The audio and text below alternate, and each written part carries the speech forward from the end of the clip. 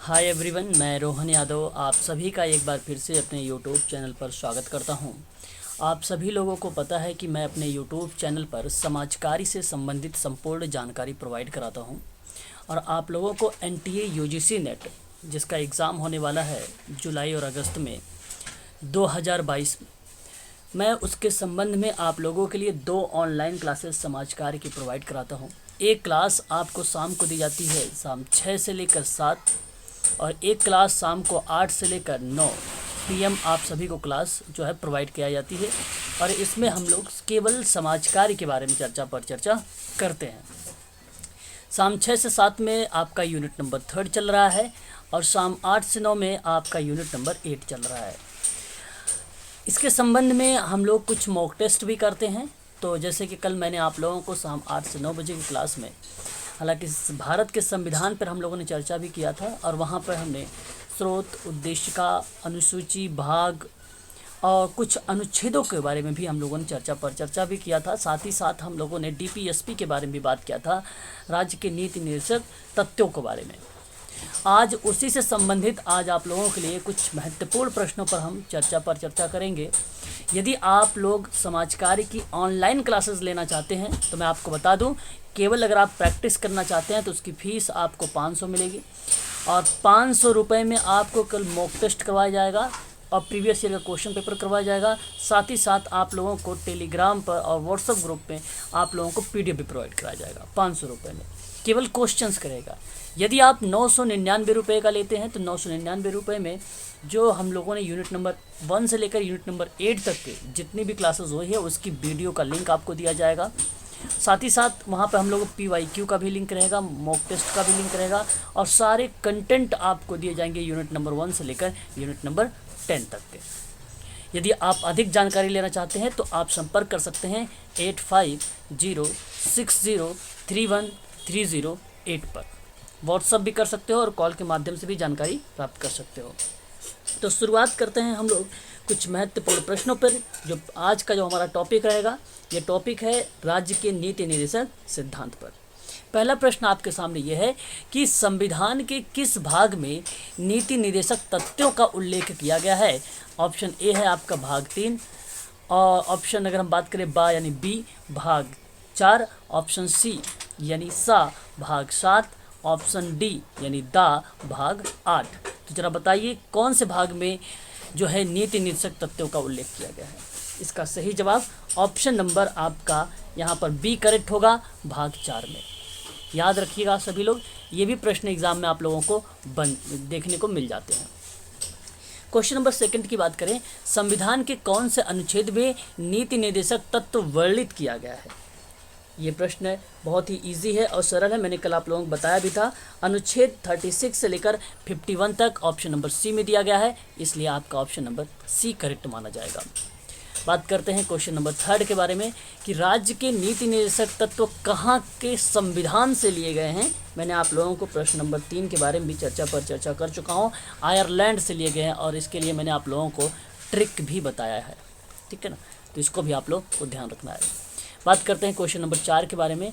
कह रहा है आपसे कि राज्य के नीति निर्देशक तथ्यों का एक उद्देश्य क्या है। बहुत वेरी मोस्ट इम्पॉर्टेंट सवाल है ये, इसको आप सभी लोग ध्यान रखिएगा। हो सकता है आप लोगों को यूजीसी में ये प्रश्न देखने को मिल जाए। इसका सही जवाब क्या होना चाहिए, तो आप देखिए पहला ऑप्शन है धार्मिक लोकतंत्र स्थापित करना, धर्मनिरपेक्षता का पालन करना। नहीं, ये गलत जवाब हो जाएगा आपका। दूसरा ऑप्शन है राजनीतिक लोकतंत्र को पूर्णता पर पहुंचाना, गलत जवाब हो जाएगा। सामाजिक लोकतंत्र स्थापित करना, ऑप्शन नंबर सी आपका ये करेक्ट जवाब होगा क्वेश्चन नंबर 4 का। बात करते हैं क्वेश्चन नंबर 5 के बारे में। पुरुष और स्त्री सभी नागरिकों को समान रूप से जीविका के पर्याप्त साधन प्राप्त करने का अधिकार किस अनुच्छेद में वर्णित है। क्वेश्चन नंबर आपके सामने 5 है, तो इसका सही जवाब होगा ऑप्शन नंबर, यहाँ पर अगर देखा जाए एक जो है ऑप्शन नंबर डी करेक्ट माना जाएगा। अनुच्छेद आपका 39 में स्त्री और पुरुष के सभी नागरिकों को समान रूप से जीविका के पर्याप्त साधन प्राप्त करने का अधिकार के बारे में बताया गया है। ऑप्शन नंबर डी आपका सही रहेगा। बात करते हैं क्वेश्चन नंबर 6 के बारे में। 6 कहता है कि किस संशोधन द्वारा पर्यावरण से संबंधित प्रावधान नीति निर्देशक तत्वों में जोड़े गए हैं। क्वेश्चन नंबर 6 हमारे सामने है। इसका सही जवाब होगा 42 यानी 42वां संविधान संशोधन, ऑप्शन नंबर बी आपका करेक्ट माना जाएगा। क्वेश्चन नंबर 7 के बारे में बात करते हैं हम लोग। किस संशोधन में नीति निर्देशक तथ्यों पर मौलिक अधिकारों को वरीयता दी गई है? क्वेश्चन नंबर 7 हमारे सामने है। इसका सही जवाब हो जाएगा ऑप्शन नंबर ए 42वें संविधान संशोधन में। बात करते हैं क्वेश्चन नंबर 8 के बारे में कि निम्नलिखित में से सही कथन क्या हो सकता है। ध्यान से सुनिएगा इस प्रश्न को। आप सभी लोग एनटीए यूजीसी नेट में ऐसे ही एग्जाम में प्रश्न बनाए जाते हैं। मैं आज आप लोगों से डीपीएसपी के संबंध में कम से कम 70 क्वेश्चंस लिए हैं। सभी प्रश्नों को आप लोग ध्यान से सुनिएगा। तो क्वेश्चन नंबर 8 में अगर हम बात करें, पहला है कि कानून बनाते समय निर्देशक तथ्यों को ध्यान में रखना राज्य का कर्तव्य होता है, और यही सही जवाब हो जाएगा आपका स्टेटमेंट। दूसरा भी देख लेते हैं, निदेशक तत्वों का न्यायपालिका का संरक्षण प्राप्त करता है, गलत जवाब। न्यायालय द्वारा बाध्य है तो प्राप्त की बात करता है, गलत जवाब। और निर्देशक तत्वों को राज्य लागू करने के लिए बाध्य करता है तो गलत जवाब। ऑप्शन नंबर आपका पहला वाला ही करेक्ट माना जाएगा क्वेश्चन नंबर 8 का। क्वेश्चन नंबर 9 की बात करते हैं, मौलिक अधिकार व नीति निर्देशक तत्वों में क्या अंतर है? आप ध्यान दीजिएगा यहाँ पर। अगर हम बात कर रहे हैं क्वेश्चन नंबर 9 के बारे में तो प्रश्न इंपॉर्टेंट है और अच्छा भी है। मौलिक अधिकार वाद योग्य है जबकि नीति निर्देशक तत्व वाद योग्य नहीं है, और ये सही बात है। अच्छा, प्रश्न में क्या कहा है? प्रश्न में कहा है कि मौलिक अधिकार और जो है नीति निर्देशक तत्वों में क्या अंतर, मतलब अंतर को बताना। देखिए पहला ऑप्शन तो आपका सही हो गया। दूसरा देखिए, मौलिक अधिकार कानूनी है, बात ये भी सत्य है, जबकि नीति निर्देशक तत्व जो है नैतिक होता है, ये भी करेक्ट है। मौलिक अधिकार राजनीतिक लोकतंत्र है, जबकि नीति निर्देशक तत्व सामाजिक और आर्थिक लोकतंत्र है। ये आपका सही जवाब होगा तीनों। तो ऑप्शन नंबर डी में देखेंगे ऊपर तो सभी, इसलिए ऑप्शन नंबर डी आपका करेक्ट रहेगा। प्रश्न अच्छा था। बात करते हैं क्वेश्चन नंबर 10 के बारे में। कह रहा है कि नीति निर्देशक तथ्यों के अंतर्गत अनुच्छेद 50 मैंने ट्रिक से आप लोगों को बताया है, 50-50 की बात हुई है। तो कार्यपालिका और न्यायपालिका को पृथक किया जाता है। ऑप्शन नंबर पहला ही करेक्ट जवाब हो जाएगा क्वेश्चन नंबर 10 का। ठीक है, याद रखिएगा ये सारे के सारे प्रश्न जो है आप सभी के लिए इंपॉर्टेंट है। अशांति के लिए 51 में बात किया गया है, इसलिए गलत हो जाएगा। पर्यावरण भी गलत हो जाएगा, अनिवार्य शिक्षा भी गलत हो जाएगा। इन सब के बारे में हम लोग चर्चा कर चुके हैं। आगे बढ़ते हैं, क्वेश्चन नंबर नेक्स्ट लेते हैं। हमारे सामने क्वेश्चन नंबर 11 है और इस समय कह रहा है 11 कि किस अनुच्छेद के अंतर्गत समान नागरिक संहिता की बात की गई है। तो ध्यान रखिएगा ये प्रश्न आपके लिए इंपॉर्टेंट है। 44वें संविधान में या 44वें संविधान संशोधन के अंतर्गत ये बात कही गई थी। ऑप्शन नंबर बी आपका करेक्ट रहेगा 11 का। बात करते हैं क्वेश्चन नंबर 12 के बारे में। कल्याणकारी राज्य की संकल्पना का समावेश भारत के संविधान में है, भारत के संविधान में है, तो राज्य के नीति निर्देशक तत्वों में शामिल है। ये तो सरल प्रश्न था, ऑप्शन नंबर पहला ही करेक्ट जवाब हो जाएगा। बात करते हैं क्वेश्चन नंबर 13 के बारे में, यानी 13। कह रहा है कि निम्न में से कौन सा राज्य के नीति निर्देशक तत्वों का में निहित है। ध्यान रखिएगा ये भी प्रश्न आपके लिए इंपॉर्टेंट है, क्वेश्चन नंबर 13। और यहाँ पे अगर हम बात करते हैं तो आप ध्यान से देखिए, अपराधों के दोष सिद्धि के लिए संरक्षण की बात की गई है। देखिए डीपीएसपी में गलत जवाब हो जाएगा। प्राण और दैहिक स्वतंत्रता की बात की गई, गलत जवाब। अल्पसंख्यक वर्गों के हितों का संरक्षण हो जाएगा, गलत जवाब। पुरुष और स्त्री दोनों के समान कार्य के लिए समान वेतन की बात की गई है। ऑप्शन नंबर डी आपका यही सही जवाब हो जाएगा। क्वेश्चन नंबर 13 का ऑप्शन नंबर डी जो होगा यही आपका सही माना जाएगा। बात करते हैं क्वेश्चन नंबर 14 के बारे में। निम्नलिखित में से कौन सा राज्य के नीति निर्देशक तत्वों के सिद्धांत में सम्मिलित किए गए हैं? आपके सामने ऑप्शन है। पहला ऑप्शन अगर हम बात करते हैं क्वेश्चन नंबर 14 के बारे में तो कहता है राज्य देश पर्यावरण के संरक्षण तथा संवर्धन का प्रयास करेगा, और यही आपका सही लगा है। ये स्टेटमेंट आपका पहला वाला करेक्ट हो गया है। दूसरा देख लेते हैं, राज्य किसी बात को कानून कि समक्ष समानता का मना नहीं करेगा, तो ये गलत जवाब। राज्य के किसी व्यक्ति के उसके धर्म, कुल, जाति, लिंग अथवा जन्म स्थान के आधार पर प्रभेद नहीं करेगा, ये भी गलत जवाब है। और आगे अगर बात करते हैं अस्पृश्यता का प्रवर्तन, ये भी गलत जवाब। ऑप्शन नंबर यहाँ पे अगर हम कहें तो डीपीएसपी में शामिल किया गया पर्यावरण के संरक्षण और संवर्धन प्रयास करने के लिए और राज्य की, तो ऑप्शन नंबर आपका पहला वाला करेक्ट जवाब हो जाएगा क्वेश्चन नंबर 14 का। क्वेश्चन नंबर 15 की बात करते हैं कि भारत में निम्न में से किसके अंतर्गत पंचायती राज प्रणाली की व्यवस्था की गई है। क्वेश्चन नंबर 15 इसका सही जवाब होगा डीपीएसपी में, और ऑप्शन में अगर आप देखेंगे तो राज्य के नीति निर्देशक सिद्धांत दिया गया है। ऑप्शन नंबर सी यही सही जवाब है। बात करते हैं क्वेश्चन नंबर 16 के बारे में। निम्नलिखित में से कौन एक राज्य का नीति निर्देशक तत्व नहीं है? कौन सा राज्य के नीति निर्देशक तत्व में नहीं शामिल किया गया है? तो आपको बता दूं 14 वर्ष की आयु तक के बच्चों को निःशुल्क शिक्षा के बारे में नहीं किया गया है। ऑप्शन नंबर आपका डी करेक्ट रहेगा यहाँ पर। ठीक है, बात करते हैं क्वेश्चन नंबर 17 के बारे में। बंधुआ मजदूर अधिनियम संसद ने पारित किया था, मैंने आप लोगों को बताया भी था। उदारवादी जो उसके से गांधीयनवाद पे एक बार डिवाइड किया गया डीपीएसपी को, फिर समाजवाद पे, फिर उसके बाद उदारवादी पर। तो उदारवादी में बंधुआ मजदूर अधिनियम के बारे में भी हम लोगों ने थोड़ा सा कल वाले को शाम को जो क्लास चली थी उसमें मैंने आप लोगों से चर्चा किया था। तो 1976 में ऑप्शन नंबर आपका बी करेक्ट रहेगा यहाँ पर। क्वेश्चन नंबर 18 की बात करते हैं। निम्नलिखित में से ध्यान रखिएगा कौन सा राज्य का नीति निदेशक तत्व है? तो आपको पता है समान नागरिक संहिता है। ऑप्शन नंबर आपका पहला वाला ही करेक्ट जवाब हो जाएगा।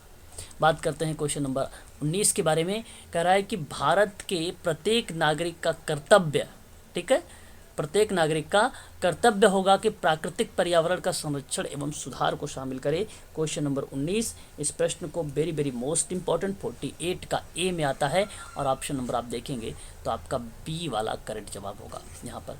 ये इस प्रश्न को इम्पोर्टेंट करिएगा, ये एग्जाम में हो सकता है आप लोगों को देखने को मिल जाए।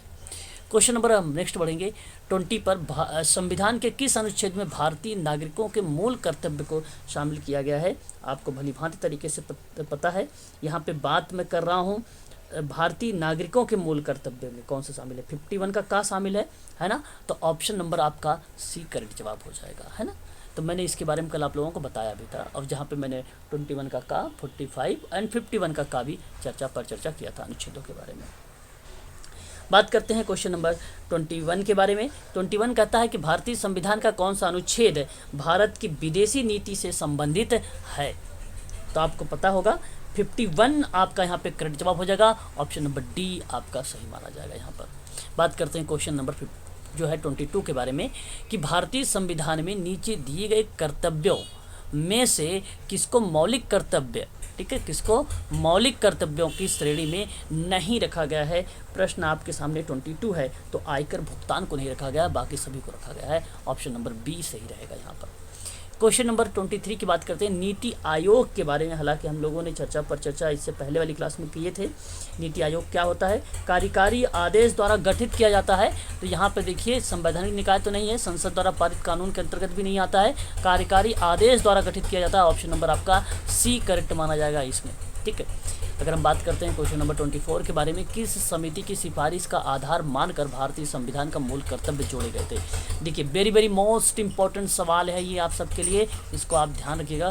क्वेश्चन नंबर 24 आपके सामने, सरकार स्वर्ण सिंह समिति is the right answer. Option number आपका ए करेक्ट माना जाएगा, पहला वाला ऑप्शन। और आप ध्यान रखिएगा इसमें 3 शब्द आपको मालूम होना चाहिए। प्रस्तावना का 3 शब्द कौन से जोड़े गए हैं आप लोग इसको कमेंट करेंगे, ठीक है। चलिए आगे बढ़ते हैं। नेक्स्ट बात अगर हम करेंगे क्वेश्चन नंबर 25 के बारे में। 25 वेरी वेरी मोस्ट इम्पॉर्टेंट सवाल है आप सभी के लिए।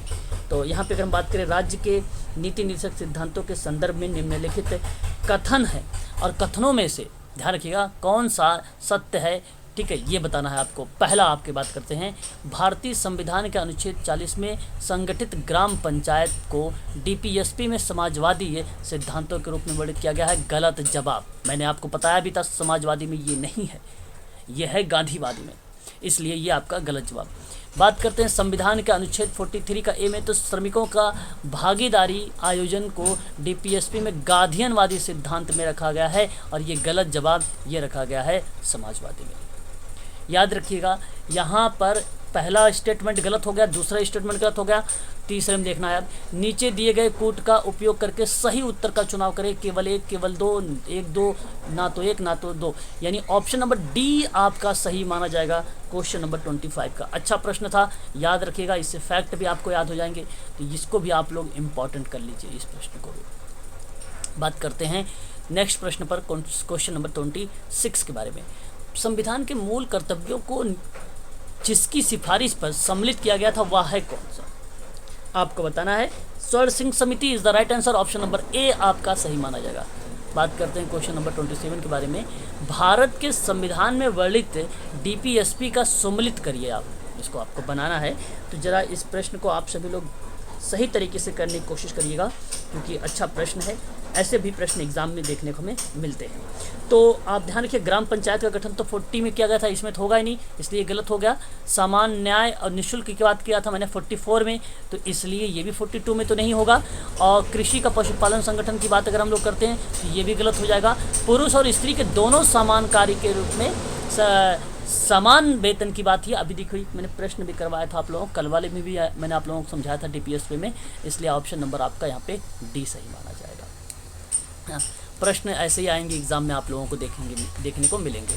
क्वेश्चन नंबर 28 है, भारतीय संविधान में मूल कर्तव्य जोड़े गए हैं। आपको भली भांति तरीके से मालूम होगा क्वेश्चन नंबर 28 के बारे में। 42वें संविधान संशोधन, ऑप्शन नंबर ए आपका करेक्ट जवाब हो जाएगा।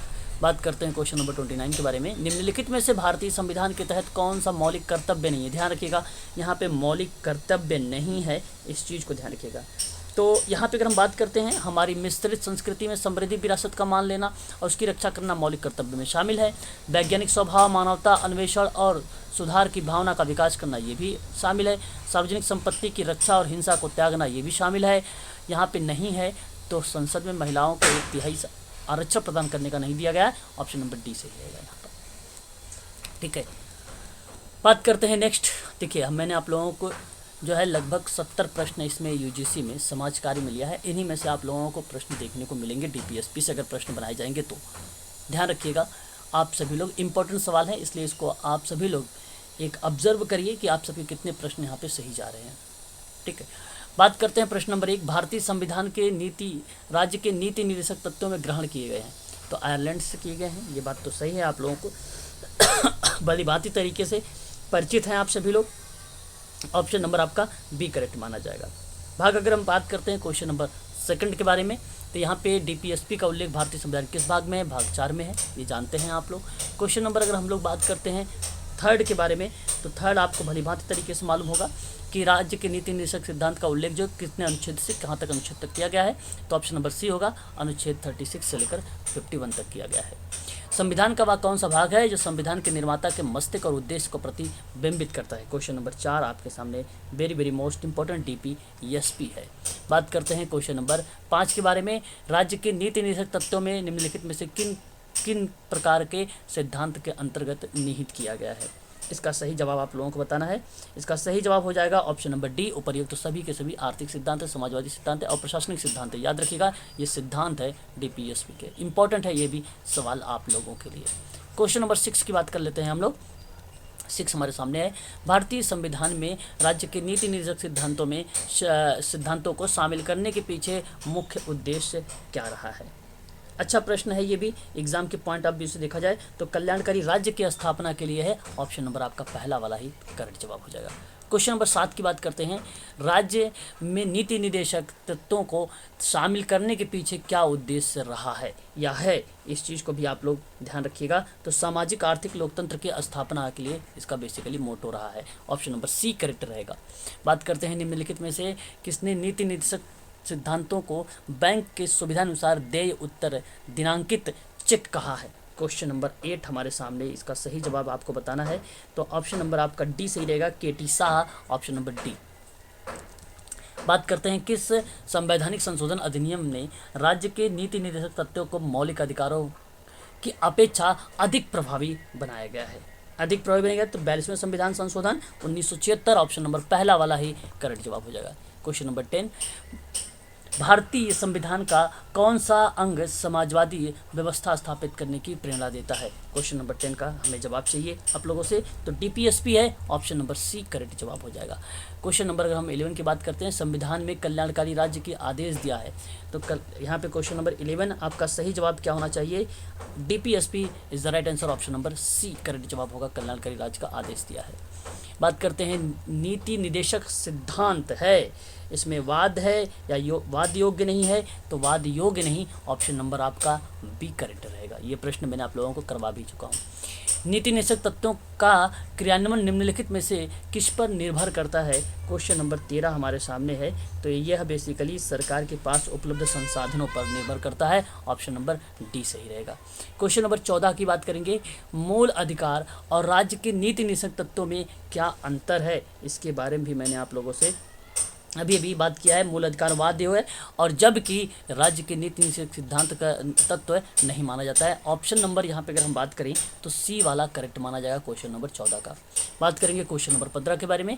मौलिक कर्तव्य एवं राज्य के नीति निषेध तत्वों के विषय में कौन सा कथन सही होगा। क्वेश्चन नंबर अगर हम बात कर रहे हैं यहाँ पर 15 के बारे में, तो इसका सही जवाब क्या होगा, वे एक दूसरे के पूरक हैं। ऑप्शन नंबर पहला वाला ही करेक्ट जवाब हो जाएगा आपका। क्वेश्चन नंबर 16 की बात करेंगे कि एक कल्याणकारी राज्य के निर्देश आदर्श वर्णित है। ठीक है, प्रश्न 16 भी आपके लिए इम्पोर्टेंट है। यहाँ पर अगर हम बात करते हैं तो डीपीएसपी के तत्व में शामिल किया गया है। ऑप्शन नंबर पहला वाला ही करेक्ट जवाब हो जाएगा यहाँ पर। बात करते हैं क्वेश्चन नंबर 17 के बारे में कि नीति निर्देशक तत्वों को क्रियान्वित करने के लिए क्या मूल अधिकारों का हनन हो सकता है। क्वेश्चन नंबर 17 है, आपको बताना है यहाँ पे कुछ का, तो कुछ का हो सकता है। ठीक है, यहाँ पे हाँ नहीं कहिएगा, ना है तो नहीं कहिएगा, नहीं तो विवादाग्रस्त कहिएगा। ऑप्शन नंबर कुछ का बी वाला। ऐसे भी एग्जाम में एनटीए यूजीसी नेट में भी प्रश्न देखने को हमें मिलते हैं। बात करते हैं क्वेश्चन नंबर 18 कि भारत के संविधान में अंतर्राष्ट्रीय सुरक्षा को प्रोत्साहन देना सन्निहित किया गया है। आपके सामने 4 ऑप्शन, और यहाँ पर जो ऑप्शन बी है राज्य के नीति निषेध तत्व, यही आपका सही है। बात करते हैं क्वेश्चन नंबर 19 के बारे में। समान कार्य के लिए समान वेतन भारत के संविधान में सुनिश्चित किया गया है। एक बताइए जरा क्वेश्चन नंबर 19, तो मौलिक कर्तव्य होगा, मौलिक अधिकार होगा, कि आर्थिक अधिकार होगा, कि डीपीएसपी का एक अंग होगा, और यही करेक्ट जवाब हो जाएगा ऑप्शन नंबर डी, डीपीएसपी यानी राज्य के नीति निर्देशक सिद्धांत का अंग है। क्वेश्चन नंबर 20 की बात करेंगे हम लोग।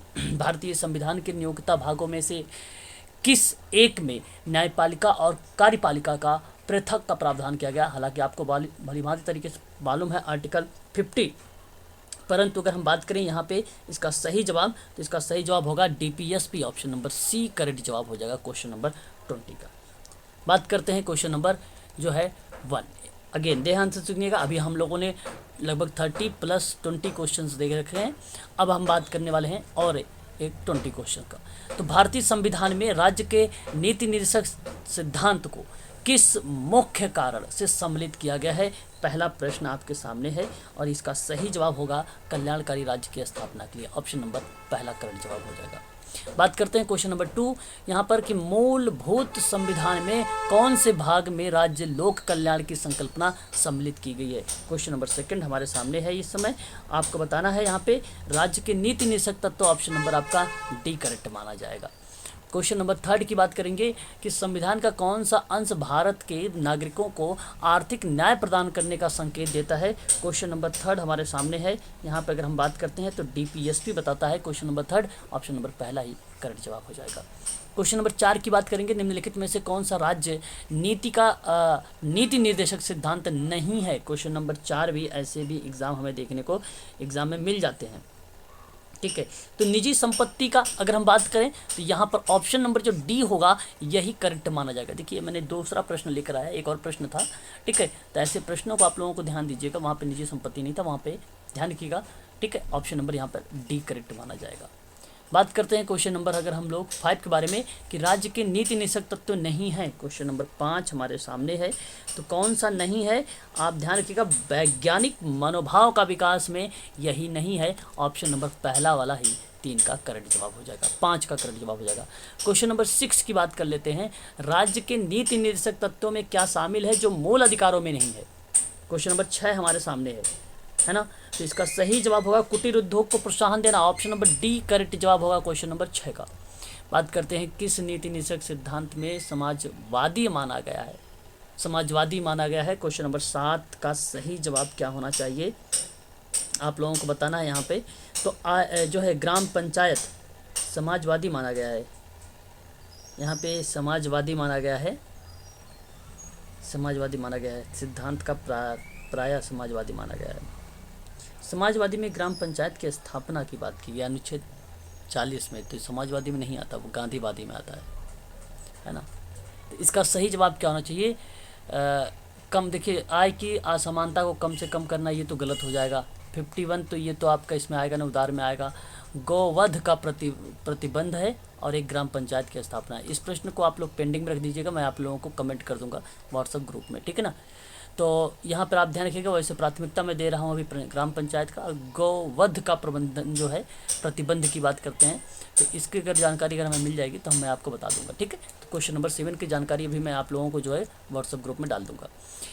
बात करते हैं क्वेश्चन नंबर 8 के बारे में। प्रश्न हमारे सामने 8 है और यहाँ पे कहा जा रहा है कि निम्नलिखित में से निर्देशक सिद्धांतों में वह सिद्धांत कौन सा है जिसमें गांधीवादी सिद्धांत के अंतर्गत रखा गया है। तो स्वशासन के प्रभावी एकल के रूप में ग्राम पंचायत का गठन को रखा गया है। ठीक है, ये तो गांधीवादी में रखा गया, ये सत्य है, इसमें कोई दो राय नहीं है।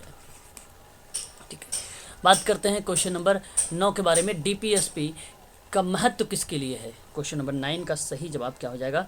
राज्य के लिए है। ऑप्शन नंबर बी आपका करेक्ट रहेगा। क्वेश्चन नंबर 10 है कि भारत के लिए राज्य में समान नागरिक संहिता लागू करना। ठीक है भाई, क्वेश्चन नंबर 10 सही जवाब क्या होना चाहिए इसका? Goa is the right answer. Option number D आपका सही माना जाएगा। क्वेश्चन नंबर 11 है कि राज्य के नीति निषेध सिद्धांतों के अनुसार किस आयु तक के बच्चों को निःशुल्क एवं अनिवार्य शिक्षा देने का आशा की जाती है? क्वेश्चन नंबर आपके सामने 11 और इसका सही जवाब हो जाएगा ऑप्शन नंबर ए 14 वर्ष। ठीक है, आगे बात करते हैं क्वेश्चन नंबर 12 के बारे में, यानी 12 कह रहा है कि राज्य के नीति निषेध सिद्धांत किस प्रकार के मौलिक अधिकारों से भिन्न है। ठीक है, क्वेश्चन नंबर 12 का सही जवाब आपके सामने, अगर हम बात करें सी वाले ऑप्शन की, तो राज्य के नीति निषेध सिद्धांत प्रवर्तनीय नहीं है, जबकि मूल अधिकार प्रवर्तनीय है। ये बात सही है आपका, ये बात आपका सही है। क्वेश्चन नंबर 12 का सी करेक्ट माना जाएगा यहाँ पर। ठीक है, बात करते हैं क्वेश्चन नंबर 13 के बारे में कि भारतीय संविधान के कौन से संशोधन अधिनियम द्वारा टकराव की दिशा में राज्य के नीति निषेध तत्वों का मूल अधिकारों का वरीयता प्रदान करती है? क्वेश्चन नंबर 13 का सही जवाब आपके सामने है, याद रखिएगा, ये भी प्रश्न इंपॉर्टेंट। 42वां संविधान संशोधन में ऑप्शन नंबर बी आपका करेक्ट हो जाएगा। क्वेश्चन नंबर 14 की बात करेंगे। भारतीय संविधान के अंतर्गत कल्याणकारी राज्य की अवधारणा निम्नलिखित में से किस अनुच्छेद में वर्णित किया गया है? ध्यान रखिएगा, क्वेश्चन नंबर 14 का सही जवाब हो जाएगा अनुच्छेद 38 हो जाएगा 38। ऑप्शन नंबर बी आपका सही रहेगा। बात करेंगे क्वेश्चन नंबर 15 के बारे में। समान न्याय निःशुल्क विधि सहायता का प्रावधान निम्नलिखित में से किस अनुच्छेद में है? क्वेश्चन नंबर 15 का सही जवाब आप लोगों को बताना है। इसमें ऑप्शन में देखा जाए बी वाले में 39 का ए, तो इसमें जो है समान न्याय और निःशुल्क प्रविधि के बारे में बात की गई है। ये प्रश्न इंपॉर्टेंट है, इसको आप ध्यान रखिएगा, 39 का ए। ठीक है, वेरी मोस्ट इंपॉर्टेंट सवाल है। ऑप्शन नंबर बी आपका सही रहेगा।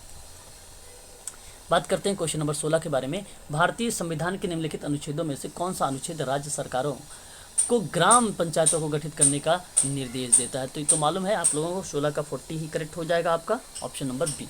बात करते हैं यहाँ पर क्वेश्चन नंबर 17 के बारे में कि भारतीय नागरिकों के लिए एक समान सिविल संहिता प्राप्त करने की बात कही गई है। मैंने आप लोगों को पहले ही बता रखा था ट्रिक के लेकर कि 44 है, यानी 4 इस समान है, इसलिए समान देखते ही आपको टिक लगा देना है। ऑप्शन नंबर बी करेक्ट हो जाएगा। मैंने क्वेश्चन नंबर 18 की बात अगर करें तो कार्यपालिका न्यायपालिका का पृथक्करण दिया गया है। इसमें आपको भली भांति से तरीके से मालूम है, 50-50 मैंने बताया था आप लोगों के लिए ट्रिक के माध्यम से। ऑप्शन नंबर डी आपका करेक्ट माना जाएगा यहाँ पर। नेक्स्ट बात करते हैं क्वेश्चन नंबर 19 के बारे में। राज्य के नीति निषेध सिद्धांतों में किस अनुच्छेद का संबंध अंतर्राष्ट्रीय शांति सुरक्षा के संवर्धन में है?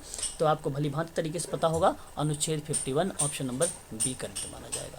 भारतीय संविधान के किस अनुच्छेद के द्वारा निम्न दुर्बल वर्गों को शिक्षा संबंधी सुविधा या सुरक्षा प्रदान करने की बात की गई है? मैंने कल बताया भी था आप लोगों को, ये प्रश्न इंपॉर्टेंट है। 46 इज द राइट आंसर हो जाएगा क्वेश्चन नंबर 20 का। ठीक है, तो ये प्रश्न आज थे यूनिट नंबर 8 के, और जहाँ पर हमने संविधान के, भारत के संविधान के बारे में पढ़ा है, और उसके अंतर्गत हम लोगों ने डीपीएसपी देखा था, और डीपीएसपी के संबंध में यहाँ पर मैंने 70 प्रश्न आप लोगों को कंप्लीट करवा दिए हैं, और इसमें से ज़रूर आप लोगों को यूजीसी में एक आध दो प्रश्न देखने को मिल भी जाएंगे। यदि आप एनटीए यूजीसी नेट समाज कार्य की ऑनलाइन क्लास लेना चाहते हैं तो इसकी फ़ीस 999 रुपये, जिसमें सारी चीज़ें उपलब्ध कराई जा रही है, और एक फ़ीस 500 रुपये रखी गई है, जिसमें आपको केवल प्रैक्टिस मॉक टेस्ट आपको दिए जाएंगे। ठीक है, इसमें आपको आपके पास जो है 2000 प्लस लगभग क्वेश्चन मिलेंगे। ठीक है, 500 रुपये में। ठीक है, और मैं आपको इसमें प्लस कर दीजिए आप लोग PYQ को भी। ठीक है, PYQ भी आपको 2004 से लेकर 2021 तक के प्रश्न भी आपको दिए जाएंगे। ठीक है, विथ सॉल्व के साथ या व्याख्या के साथ। तो आज के लिए बस इतना ही। अधिक जानकारी के लिए आप जो है संपर्क कर सकते हैं 8506031308 पर, व्हाट्सएप के माध्यम से भी और कॉल के माध्यम से भी जानकारी आप एनटीए यूजीसी नेट समाज कार्य के बारे में ले सकते हैं। आज के लिए बस इतना ही।